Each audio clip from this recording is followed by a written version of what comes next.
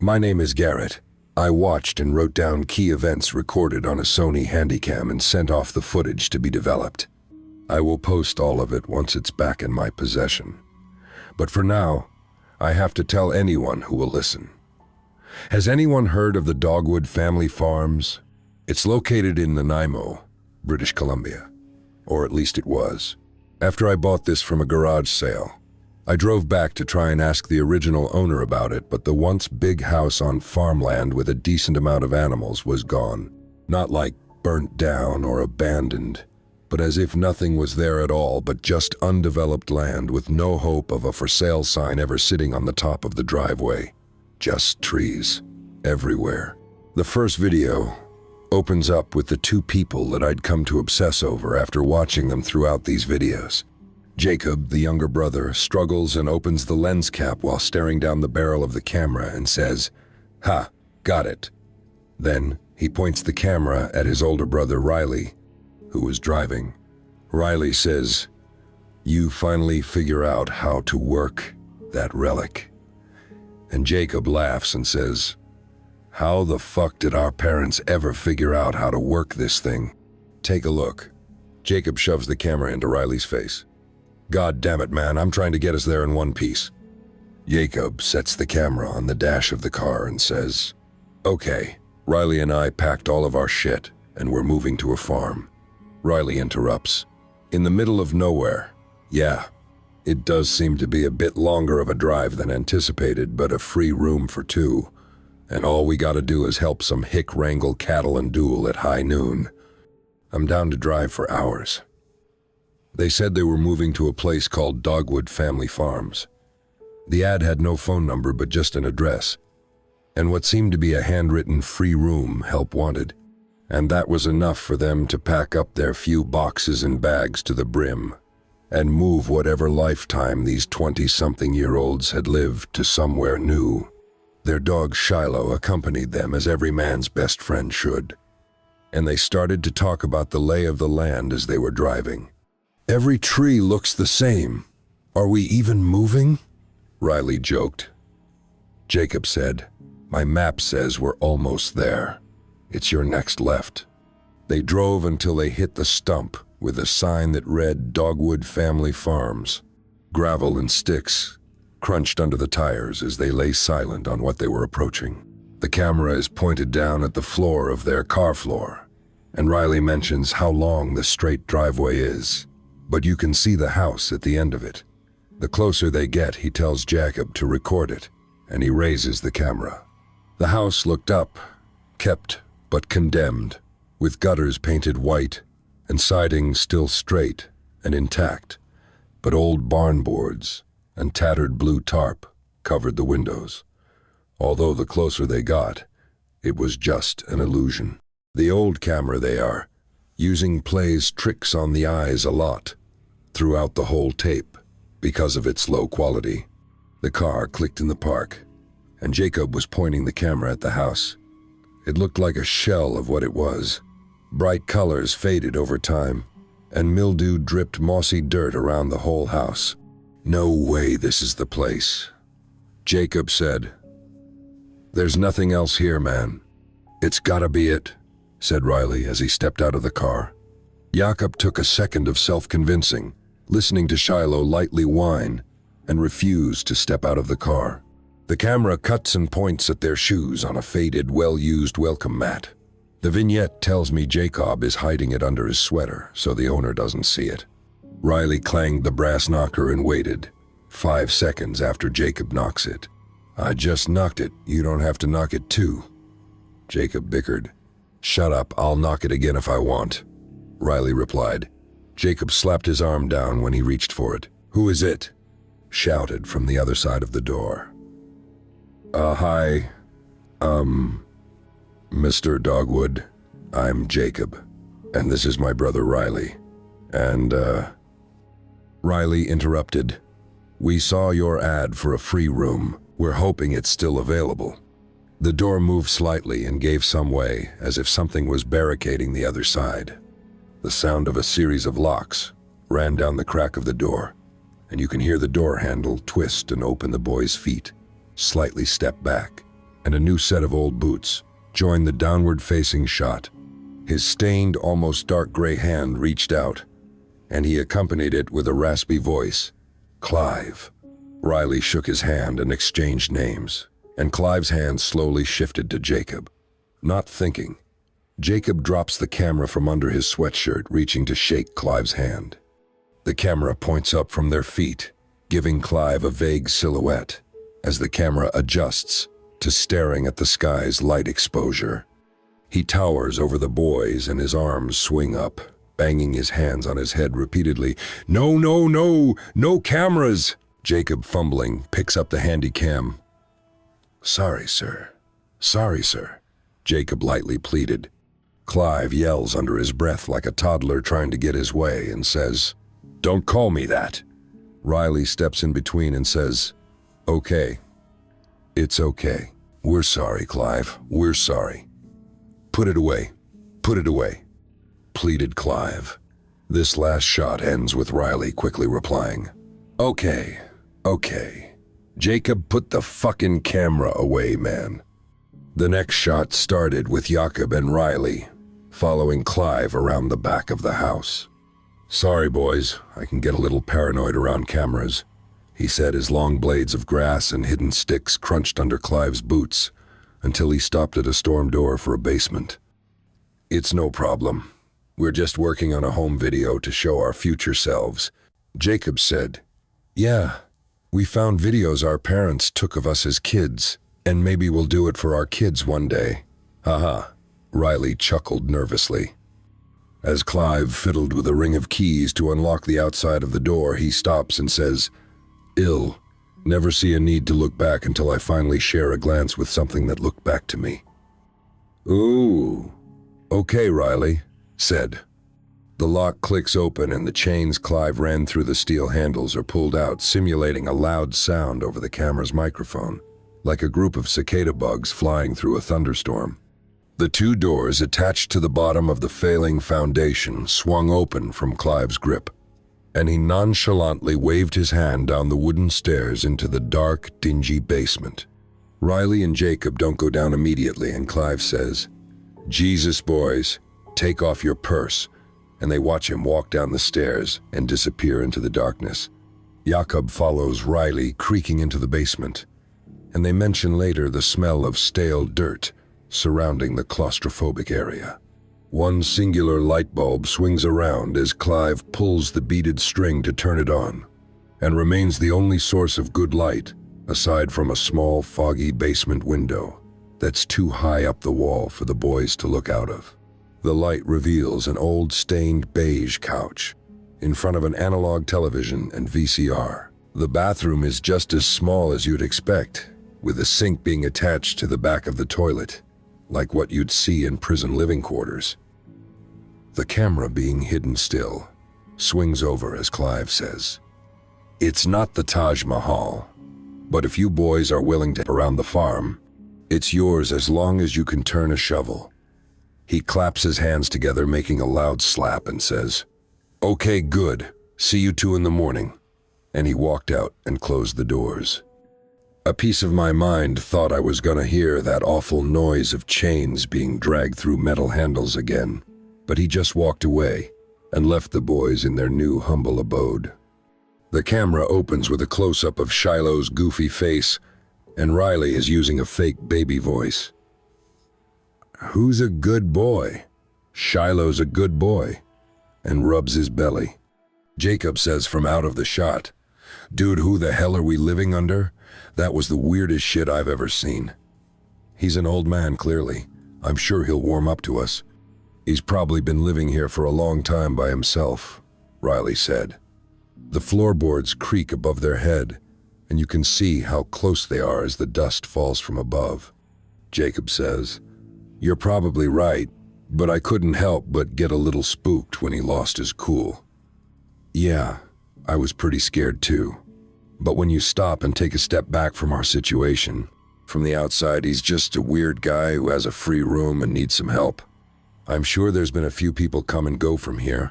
I saw shoes in the bedroom closet too small to fit Clive, so I assume help has come and gone for him," Riley explained. "Well, All right, that does make sense. You and Shiloh cool on the couch for tonight? Jacob asked. Yeah, man, for sure. Try and get some sleep, all right, Riley answered. The camera time reads 2:22 a.m., and the shot is accompanied by a close-up of Jakob's face as he fumbles to turn the light on and points it at himself and whispers, I only got like 3 hours of sleep. I don't know if the microphone can hear this, but Clive is crying and just stomping around up there. I feel like I want to say something, but he could be sleepwalking and wailing. Here, try and listen. He holds the camera up closer to the ceiling, and you can finally hear what sounds like a man's ugly crying and the slaps of bare feet pacing around frantically. Okay, I'm gonna see if Riley can hear it too. Jacob gets up and quietly walks out of his door, and he sees Riley sleeping.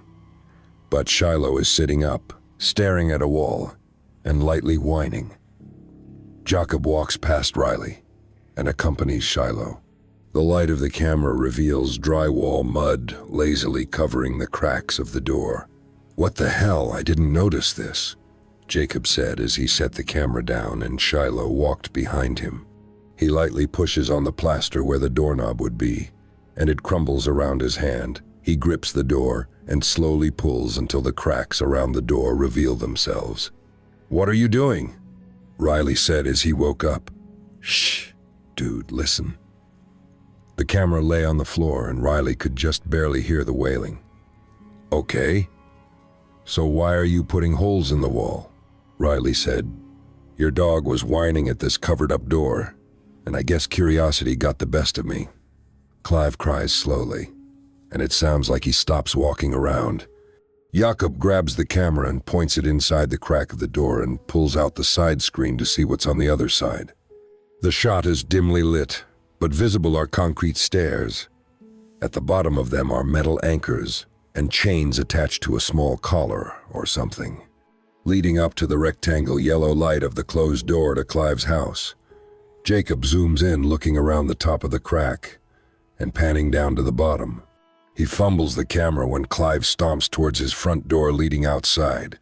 It sends a jump up both the boys when he screams like a grizzly bear and feels his footsteps barreling towards them. What the fuck is he doing? Riley said. I don't know. Give me a second. Jacob quickly clicked the last 5-second playback button and slowed it right down towards the last frame of the video. The only shadow around the yellow light was at the bottom, and the handycam's flashlight revealed the odd green reflection that accompanies eyes when photographed. Pressed against the floor, peering down the stairs at the then mudded-over door, was Clive's haunting straight stare. Now he's outside the steel door, and Riley quickly throws a blanket over the camera, blinding the shot, but not the microphone. The doors are heard swinging open and Clive yells, "What did I say?" as he stomps down the wooden stairs. "What do you mean?" Riley said. "The fucking camera! Where is it?" Clive demanded. "We were just using a flashlight to find another room." "Clive, I swear, don't videotape anything. That's when it happens. It can't happen again." Clive cries. It won't, Jacob said. Silence accompanies the fleece blanket covering the lens. Clive sniffles and walks up to the door and closes it behind him. "Is that another symptom of fucking loneliness?" Jacob whispered rhetorically, and he uncovers the camera, and that's when the shot ends. The next morning came and the boys heard Clive banging on the outside of their entryway to wake them up. They were up before then, as the timestamp indicated. Jacob is whispering a confessional to the camera. It's 6:37 a.m. and I can hear Clive outside. I'm going to hide my camera somewhere in case he freaks out again. Clive is just weird enough to feel the need to document him, but unpredictable to a point. So I have to be careful. Riley, Jacob, and Shiloh walk in the field toward the barn, and mooing can be heard coming from the stalls, and when they arrive inside, Clive is shoveling hay with a pitchfork into their feeding area. "Morning, Clive. What's first on the agenda? Riley says. Clive replies, trickery. And he pulls his airgun from behind a low wooden wall and slowly but securely presses it to the unsuspecting heifer's forehead. Pressure releases from the hole on the side of the airgun, and the cow falls on its side, stunned. Grab the blade quick. They only stay stunned for about 20 seconds. The camera is shaking around as the boys scramble and Jacob picks it up and tries handing it to Clive. No, I gotta bring in the next one. Cut its throat so she drains in that hole in the floor. Clive says, What? I can't do that, Jacob said. He turned his body and camera over to Riley, as his shocked demeanor left him stiff in a standing, paralyzed state. Clive yelled, Now quick, as the cow started to twitch and wake up. Before it wakes up, Jacob quickly stepped over and grabbed the cow's ear, pressing her head against the ground. Its golf ball-sized eye opened in front of the camera lens, and heavy breathing was coming from both Jacob and the animal. A last-ditch beg comes from the cow as it moos in distress, and its white iris is visible looking up at Jacob, and its eyes water. Jacob, holding the tip of the blade against a cow's jugular, quietly cries, Fuck, fuck, fuck, I'm sorry, and a bucket's worth of blood is heard flowing from the cow as its eye closes and its life force fades. Jesus, boys, take off your purse. You want to eat, don't you? Clive said as he opened the gate for the next cow. The next 2 hours of unedited footage consisted of the boys feeling forced to take turns and lighten each other's burdens. The looks on their faces tell me they've never killed anything or been hunting. A slice of childlike innocence that held on to the matters of life and death faded away, and they learned the reality of the circle of life. Walking out of the barn to take a break, the boys followed Clive out to a table that held 3 glasses of milk, a bag of roast beef, a bag of bread, and a bottle of mustard, sat open and inviting to nearby flies. Best get to your food before the bugs do, Clive said, as he carelessly drank his milk. Light streams of dairy fell down the corners of his mouth and soaked into his denim overalls. The boys quietly made their sandwiches and sipped their milk, knowing what it takes to bring the farm to the table. Chewing sounds overtake the audio as silence is broken by Clive asking, You boys like movies? The chewing stops and Riley says, Yeah, what about you? Not much else to do around here. There's good and goddamn chance I've seen every movie out there, Clive replied. What's the last one you've seen? Jacob asked. It was that new one that just came out. Oh, what is it? Clive asked himself, banging his palm against his forehead. Forrest Gump, he remembered. The boys looked at each other confused. The timestamp tells me it's 2010, the 9th of August. Does this mean Clive hasn't left or seen anything outside this farm since 1996? That can't be right. I understand self-sustainability, but there have to be other amenities he would need in the past decade and then some, right? The boys played along and Riley said, Oh yeah, I love that. Jacob moved and accidentally clicked the record button, and it ended abruptly. The date on the camera indicates it's been a few days, and sits on the dash of the car pointing out the windshield at a red light. Honestly, it feels nice getting out of there, Jacob said. Yeah, no shit, Riley replied. I gotta get some artificial processed foods in me. I think my body's in shock, Riley chuckled. They pull into a gas station and grab a 12-pack of twisted tea, a bottle of white lighting vodka, accompanied with orange juice and snacks. They sarcastically asked the clerk, Anything fun to do around other than watch the trees grow? Smiling, the worker said, Yeah, it gets pretty boring around here. Why do you ask? Are you guys new to town? The boys replied, Yeah, we just moved into the Dogwood Farm. And the clerk said, Oh yeah, that's nice. They're responsible for practically all of these boring trees you boys see. The boys were confused and asked, What do you mean? Well, not a lot of us have heard from Clive in a while, but his old man was friends with mine and geez, I guess I haven't seen him in a good 10 or 12 years. Anyways, I'm getting off track. His dad and grandpa started planting dogwood trees all around this town right after they were declared protected. Protected? Riley said. Yup, from the top leaf to the dirt that surrounds the roots. The clerk answered.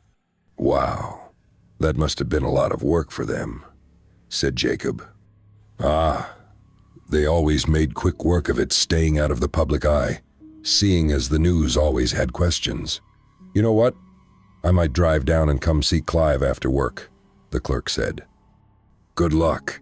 He hasn't even let us come close to the inside of his house. Just our dungeon suite, Riley said. I'm getting used to the basement. Honestly, it feels safer than outside sometimes. They shared a laugh with the clerk. I'm Fred, he said. I'm Riley. This is my brother Jakob. It's good to meet someone else in this town. It's 7:38 p.m., and the boys are sharing a joint outside.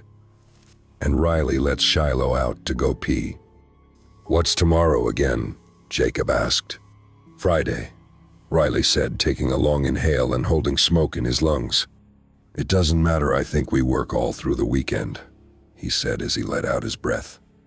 Headlights shine down the driveway, and tires can be heard rolling through the gravel.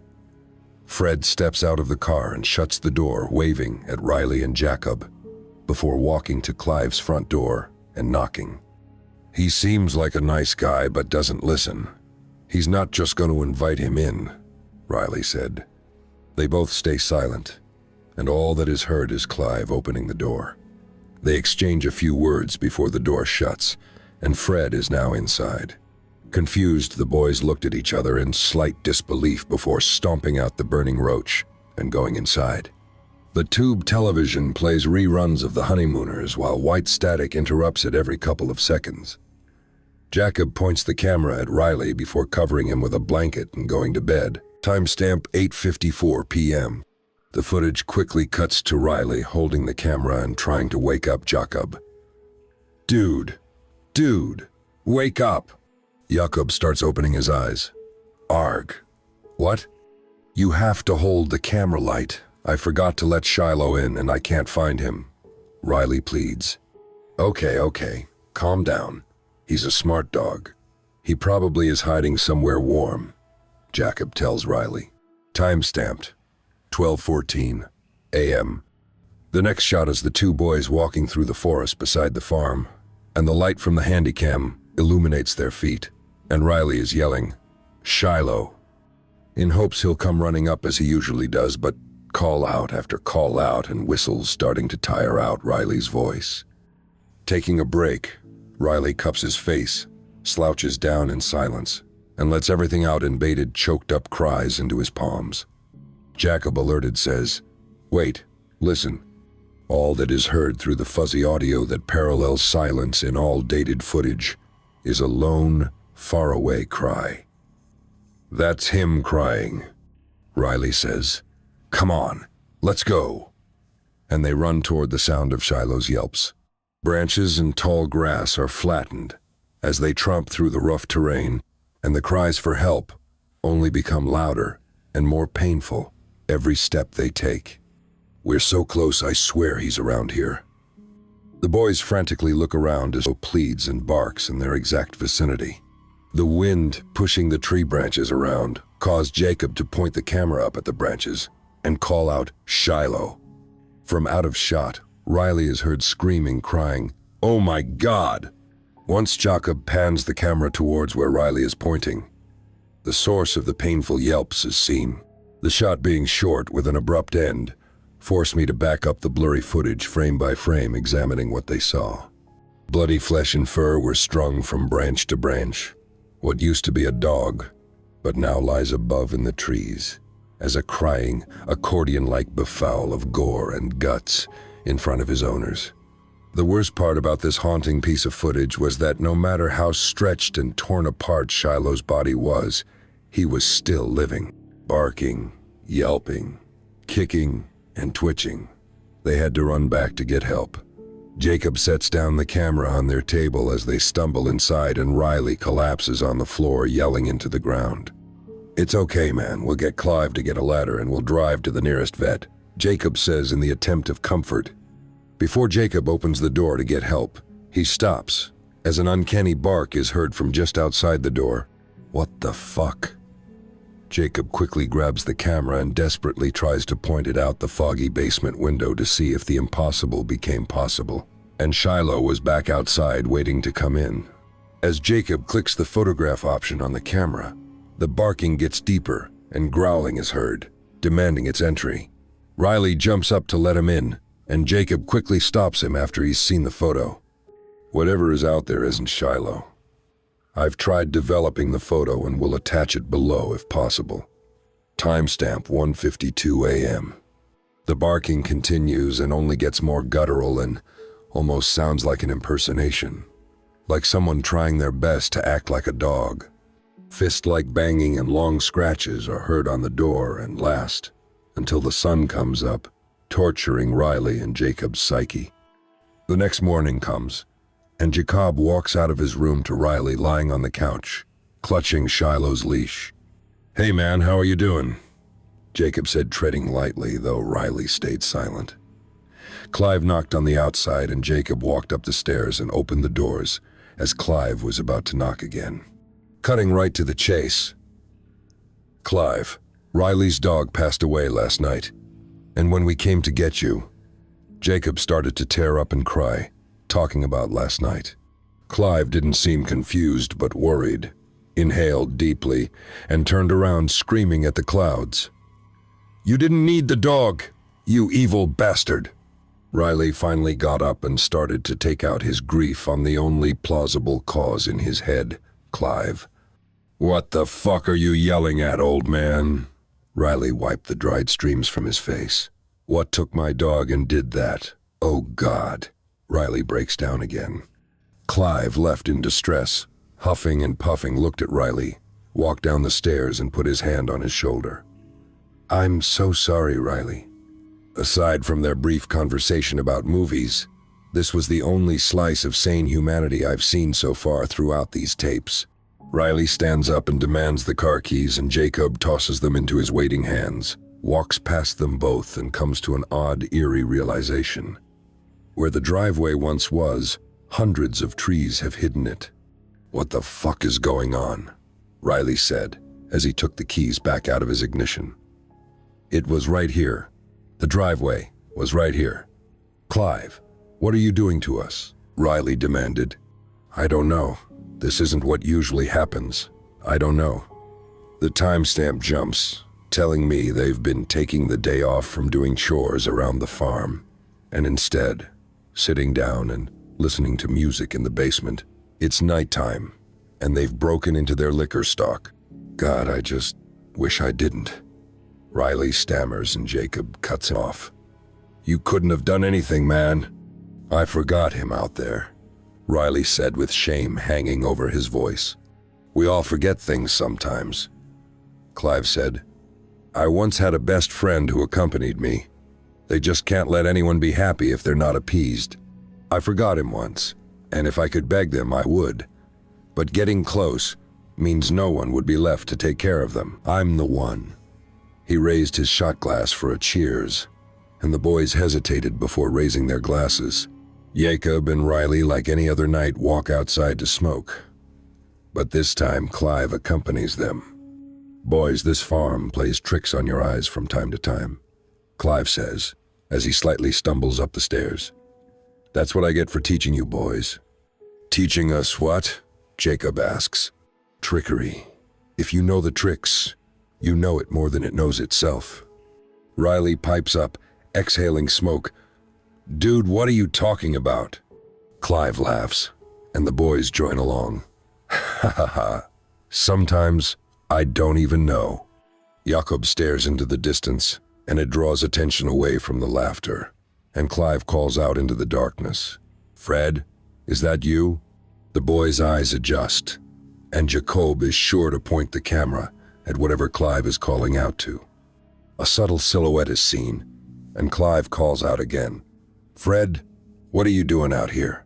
The figure makes itself known, walking towards the three of them with high knees as if he's goose-stepping. But the closer it got, the more odd its movement was. Taking big, exaggerated steps, but not using its feet. What appears to be Fred is walking on his ankles with his feet folding at every step, and then it happens. It started barking. Freaking out, they run back and lock the door from the inside, which seems smart at first until the sound of chains run along the outside of the door, and the sound of a lock clicks and drops on the metal. Timestamp 11:43. Sitting in the basement suite living room, barking surrounds the house as if there are hundreds of people pretending to yipe and bark. Jakob says, "What about the door up to your house, Clive?" "I boarded it up after I caught you peeping," Clive said accusatively. "I wasn't peeping. Oh my God. Can we just run up and break it down?" Jacob asks. "We can try and break it down, but you two can't follow me inside," Clive replies. "Clive, we need to get out of here," Riley yells. Clive reluctantly walks up the stairs and they each take turns bashing their shoulders against the door. The camera falls out of Jacob's jacket and tumbles down the stairs. The surrounding sound of barking and yelling quickly dissipates. "Number no, that's it. You've done it," Clive says in defeat. "How long have you been recording?" The boys didn't answer until Clive slammed the side of his fist into the door, just breaking the dead bolt of its last sliver of security. Almost every day, I think," Jacob admits. In a rage, Clive lunges at Jacob, and he ducks his hand stuck in a choking position. Clive slams into the concrete wall with tears in his eyes. "You've killed everything I've worked for, you idiot." Jacob and Riley run back down the stairs and pick up the camera. They look up the stairs, ready to defend themselves from whatever manic attack Clive is capable of. He's not there. All that's heard is bottles smashing and his front door slamming. They run up the stairs and expect the worst, taking their last step inside, creaking open the door. The image of upstairs lived dormant in the boy's head, believing there could be unspeakable horrors that lay above where they slept. It was a lack thereof. The absence of living plagued the hollow, thin walls, preoccupying a statue being bundled together with rope and twine. Hundreds of papers are scattered around it, the living space ad being a few of the pieces. A few cameras lay smashed beside a pile of backpacks and all kinds of different clothes.